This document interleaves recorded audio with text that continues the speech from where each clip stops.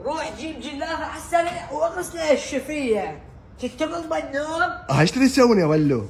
والله خال اريد نغسل الموتور. وبهالبرد متوازين. شوفت عينك اليوم ابو جيس ابدع، سوى بينا حادث مرعب. شلون يا مصقعين البيان؟ شلون؟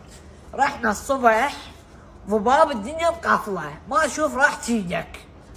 وانا رحنا للدوام، حمودي قام ينطي عليه قوانين، ابو الاس اشعل دبل اشاره، اشعل لاتن، هذا الضباب يعجب الرؤيه. قلت له حمود انت اذا تعرف بهالقوانين تعال انت سوق. والله يا خال ركب حمودي بالموتور، انا صعدت وراه وتلفت ونمت. ما ادري شنو الطبخه. والله حمود شو ما مشى لك شوي احس الموتور ما ادري منين وقع. قلت يا الله انا مقمض واتخيل هسه ضرب طشه. شو حمود بعد ما يمشي.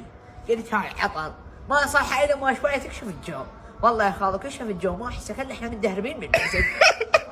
ضباب ما اشوف. ولا كان مو ادري بيها ضباب وهم ما اشوف. صار لك ساعه تنطي بيها قوانين وضباب يحجب الرؤيه، بالاخير حجبنا بالمسجد. والله يا خالو ما طلعنا الا دسنا لساننا بالسماء. خطي يلا وقف علينا ابو بيكم وسحب حمود القبع ماله بالهوك. والله لما ابو البيكم لحد الان احنا ناكل عقرب. راحت عنا مدرسه اجوب مليونات طحالب. هيا اليوم بالبزن باشر جو تريلا ويلوس. انا بعد اركب وراك، والله ما اركب وراك والدنيا دنيا سهله يا جوكي.